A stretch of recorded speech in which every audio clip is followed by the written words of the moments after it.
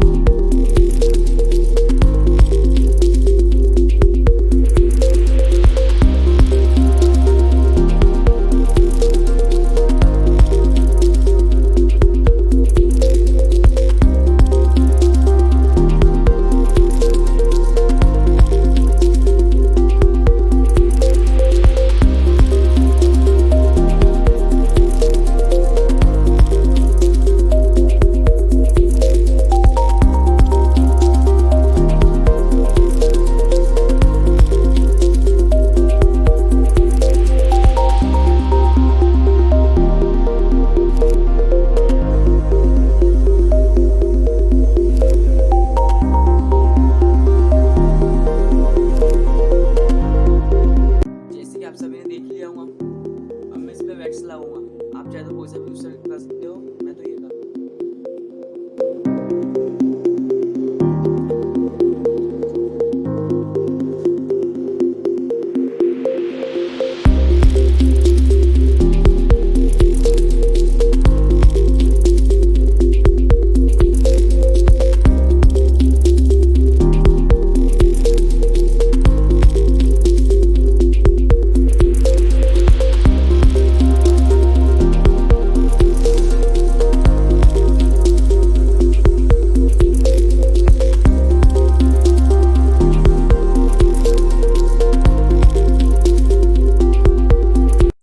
अगर आपको वीडियो जरा से भी पसंद आती हो तो लाइक करो, सब्सक्राइब करो और कमेंट भी कर दो। अब मिलते हैं नई दूसरी वीडियो में। के बाय।